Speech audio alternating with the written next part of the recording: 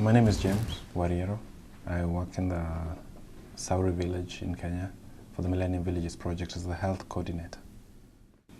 The biggest challenges were reconciling the required pace of the project based on the timelines that were designed and based on the time-bound nature of the project, to also the need to get the community buy-in and to get them on board. And so it's almost felt like at some point other scientists like us were waiting for the social scientists to get the community on board with the interventions that we wanted to do. When he told me about the project and about the innovative way in which he was going to be looking at development issues, and especially the comprehensive nature of the interventions that he was looking to do, I thought this is something different.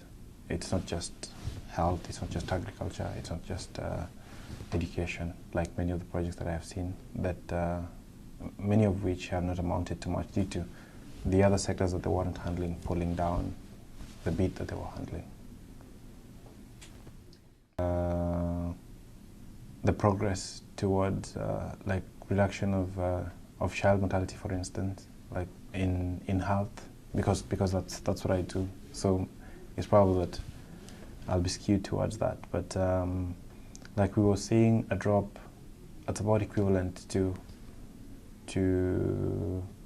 having slashed in half the child mortality rates in the area where we were working, and within a short duration of time, and with some of the interventions that I thought we would be doing not having been done yet.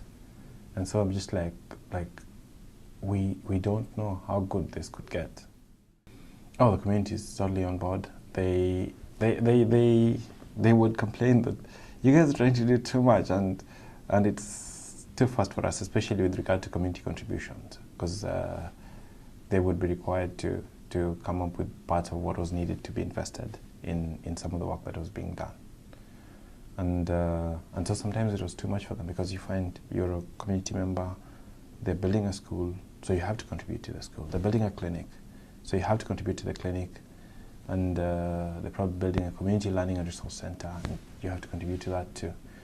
But a lot of the big capital expenditures sort of have been done, and so the pressure is reduced on the villagers, but also that they understand the nature of the project better, and things are moving along a lot better than they were before. Unique innovations in health for me has been the approach to the community health worker strategy. It's totally different from anything I've seen. Like in Kenya, the way I'm describing these are the things for development that people who do education or do health or do this in isolation. In health, community health workers would also be used in isolation for specific subsector program. You'd find community-based distributors. They just distribute condoms and pills. You'd find TB ambassadors. They follow up TB patients. But now with the project, you have a community health worker who handles all these things together. And I think it helps for the community to know that this person handles all things health. And so for me, that's one of the things that I've seen with a project that's different from anything I've ever seen anywhere else.